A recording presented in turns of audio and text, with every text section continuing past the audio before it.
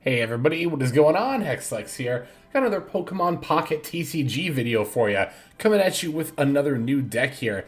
This one's going to be one that I think just about everyone's familiar with because it's one of the most common starter decks out there. It's going to be Marowak EX. Now, you might think that just because it is a card that is given out as a starter deck, it wouldn't be good, but Marowak EX is actually, even paired with Sandslash, another starter deck card, one of the better decks in the game right now. So for our build, we're on 2 Cubone, 2 Marowak EX, 2 Sandshoe, 2 Sandslash, Shoe Pokeball, 2 Potion, 2 X Speed, 1 Red Card, 2 Professor's Research, 2 Sabrina, and 1 Giovanni.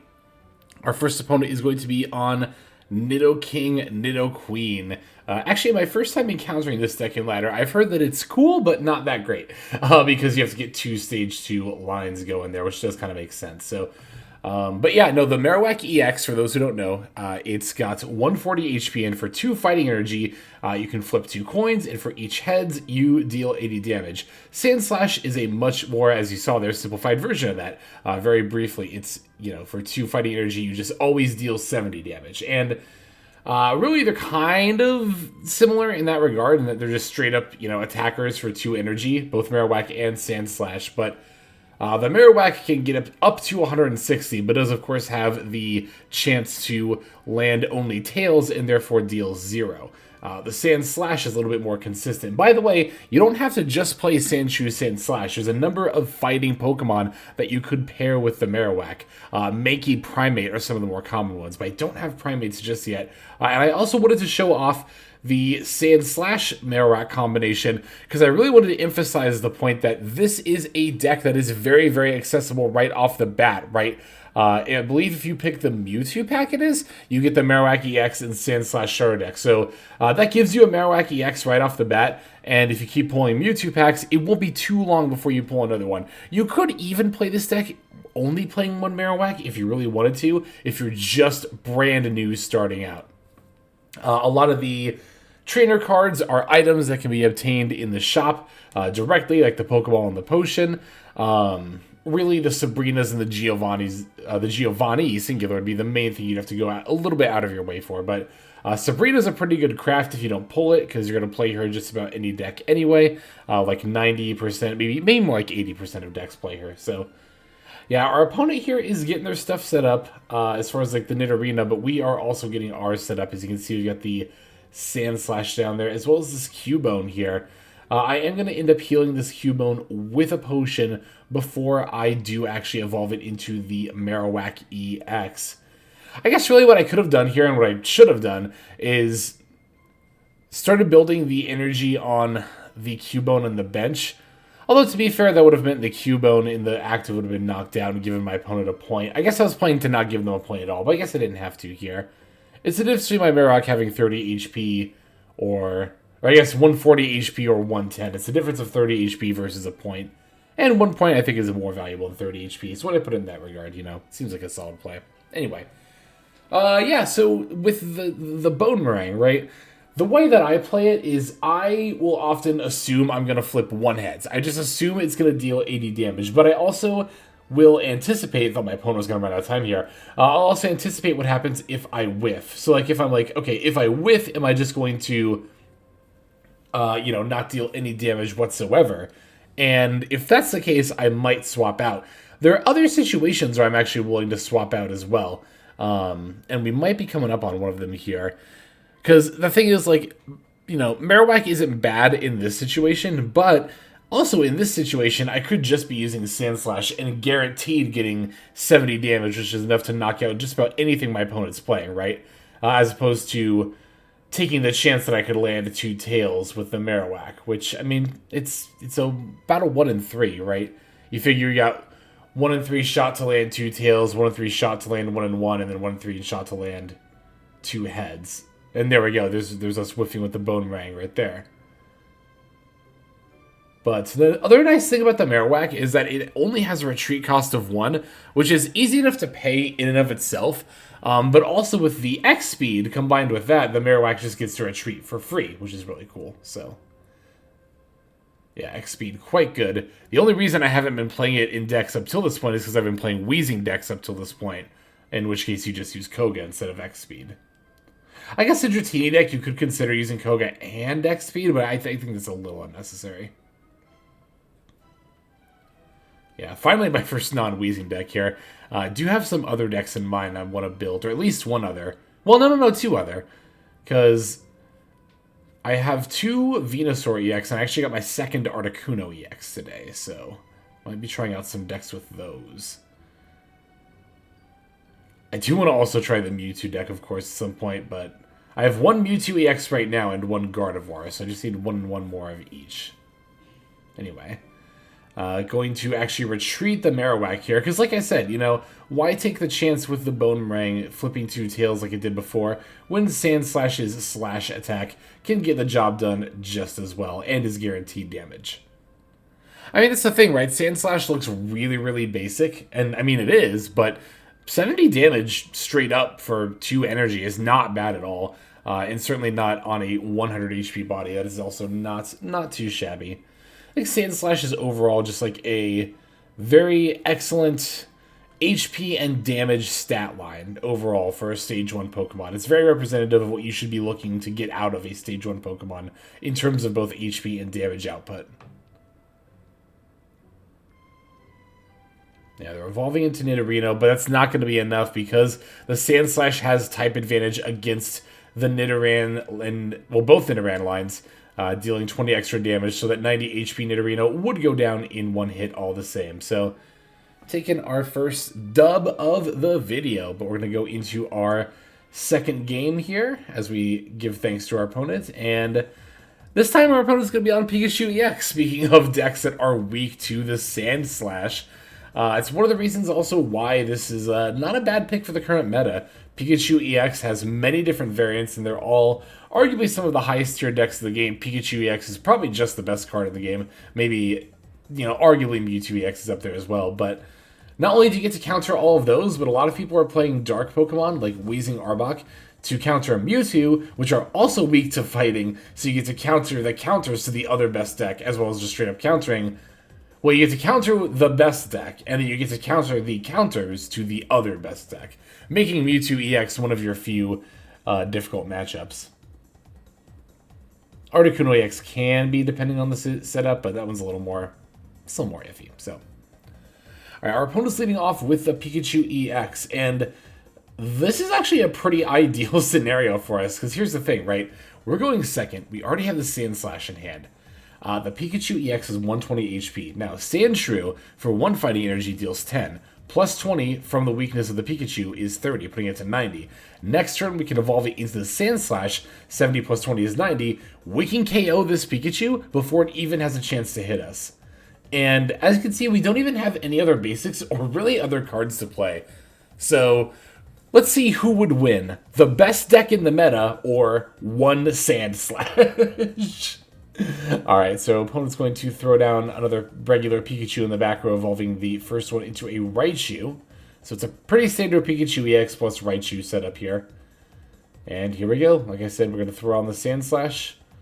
Going to put on the second Fighting Energy. No need to play any of these trainer cards. We do not need to Sabrina at all here. There's the remaining 90, and down goes the Pikachu. Good stuff. Alright. Of course, we get 2 points for that because the Pikachu is an EX. Opponent's going to throw out the Raichu here. I assume mostly for the 100 HP, because of course they're nowhere near being able to use the effect yet. They're going to play another Pikachu EX in the bench, putting an energy on the Raichu, but they don't swap it out. I was a little afraid they were going to swap out to the Pikachu EX, but since we have this Giovanni in our hand, we actually just have lethal. I'm upset, too. I forgot to put my full art Giovanni in this deck before recording this video. I actually pulled one just before recording, or before playing these games, and then I forgot to put it in, so I didn't get to show it off here. But there you go. The 70 from the Slash, plus 20 weakness from the Raichu, plus 10 extra from the Giovanni is 100. That is enough to knock out the Raichu. That might be the quickest win I've... Actually, that is definitely the quickest win I've gotten. 3-0 on a ranked ladder. In fact, you're going to see me take a screenshot of this here. The quickest win I've gotten in this game so far against arguably the best deck in the game, and all it took was 1 single Sandslash. I mean, like I said, it might not look that impressive. You might think it's just a starter deck card, but as you can see, it is definitely enough to contend with the meta. It's one very, very cool thing about this game. You don't have to invest a lot in order to do well or have a strong deck. Alright, we're going to go into our last game here. This one is going to be up against the Articuno EX deck. I don't know if this one's on the Starmie EX. I don't remember. I don't think we saw that. Pretty sure we didn't. I'm actually very sure we didn't. But it definitely wasn't the Articuno EX plus 18 trainers, which I'm kind of thinking about playing, actually. I'm not going to lie. Alright, opponent's going to take the first turn, leading off with our full art Cubone. We have one of those. Obviously would like a second one for this deck, but we're going first here, yeah. It's funny how this is like probably one of the few card games I've played where, yeah, there's our full art Giovanni. I'm showing it off. I didn't put it in the deck this time. But leading off with a Lapras here. But like I was saying, this is one of the few card games where it does actually behoove you to go second. You actually want to lose that coin flip. You want it to land on tails, because if you go second, you get first attack, basically, right? You get to place your energy first, and you get to swing first, and that overall is definitely better than not being able to do that. I think mainly mostly getting your energy online, because there's a lot of decks that require some... I mean, every deck, by the nature of the way this game is paced, which I think is very, very good, by the way, pretty much every deck does require some degree of setup, but there's a lot of decks like this one, Articuno EX, but also... you know, the Moltres deck, the Pikachu deck, every deck requires some degree of setup. The Mewtwo deck needs to set up the Gardevoir, right? So,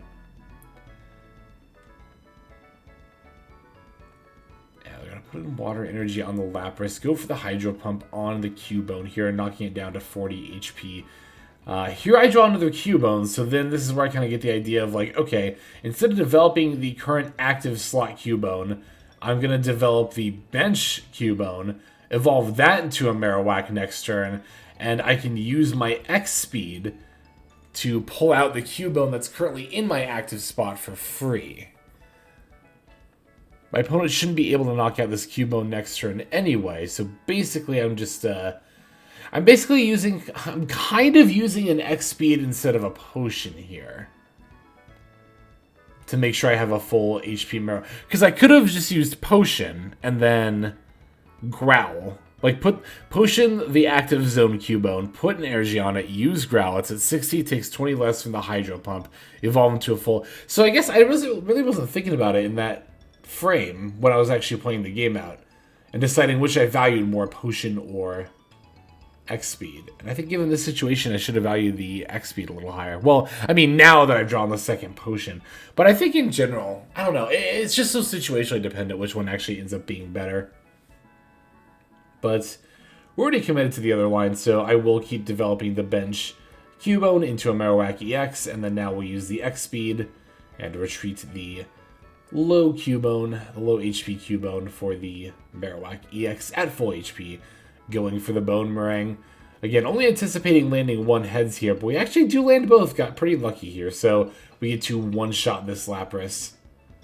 There's not a lot you can't one-shot, you know, once you land both heads. So that's one of the big upsides of Marowak, right? As opposed to, like, just running out the Sandslash. A Sandslash will always deal 70, but 70 is not going to KO anything besides most basics, not even every basic. But... not including EXs, of course, or like legendaries. Well, I guess kind of including legendaries. Anyway. Alright, so they're developing the Articuno EX into the active slot, placing a Shelder down. Kind of seems like just like a hodgepodge of water Pokemon to accompany this Articuno EX. Fantastic top deck here. Oh, this red card is so good with our opponent having 6 cards in hand. That's absurd. That is absurdly good. We're definitely going to fire that off here. I mean, I'll even red card a 4-card hand, honestly. I mean, especially because a 4-card hand will likely turn into a 2 or 3-card hand on the opponent's turn. And there are a lot of game states where the red card does not become live after that for the rest of the game, you know? Landing 1 heads here, threatening to 2-shot this Articuno, perfectly fine with me. But... So, yeah, because, I don't know. I'm still not sure about red card theory. I haven't looked into it at all, done any research on it, but if my opponent has a 4-card hand, then red card essentially reads, shuffle one random card in your opponent's hand back into their deck. I still think that's really good, especially for an item, not even a supporter. I don't think that's bad at all. But to do it for 3 cards like in this game, oh my god, it's just so good. Alright, this Cloister has a Poke Power, which stops it from taking, well, it takes 10 less damage from each attack, which is a little bit annoying. So I think what I'm going to do here is I'm going to use the Sabrina. They'll probably pull out the, oh god, I cannot remember this fish's name. It's not Braxian, that's something else. I cannot remember. Is it Brooksish or something like that? I don't know. I really don't remember. I don't even remember what gen that's from. I'm pretty sure I played... No, I think it's a Gen 7 Bond, which I don't think I played Gen 7. Anyway, going for the Boomerang. We actually land 2 heads again, so we get to one-shot this thing. Which just means they get to put the Cloister right back out. I probably should have just gone for the Cloister. I don't know. I probably should just try to go for the Cloister here. Like, try to see if I could land 2. Or just attack it with the Marowak. I mean, Sabrina was like, meh. It was a very meh Sabrina. But, yeah, we got potions. We got Giovanni still. We got the Sandslash completely ready to go. And as they pass back to us, I decided that, you know what? I could try to go for the one-shot if I land 2 heads, but I ultimately decide that it's a little bit safer to just use this X-Speed that I top-decked, and I'm going to go for the guaranteed 2-turn KO with the Sandslash. Because the Cloister takes 10 less damage per hit, but the Sandslash can still deal 60, because the Sandslash deals 70, of course, right? I'll fully heal this Cubone, because why not, I guess, but... And now, if they swap into the Articuno EX, that still gets threatened to get taken out by the Sandslash here. Again, it's just a matter of, like, do you want a high roll or do you want consistency? And given that we have 2 points already, I'm willing to go for the consistency here. And just, take the W. And sure enough, our opponent is going to concede. So, yeah, I mean, there it is. Marowak EX. Starter deck that actually is a very good meta deck as well. So thanks as always for watching these Pokemon videos. I super appreciate you supporting them. That is going to go ahead and do it for this one. Subscribe if you want to see more. But this is Sandslash. I am now signing out and also hoping that you have a fantastic day.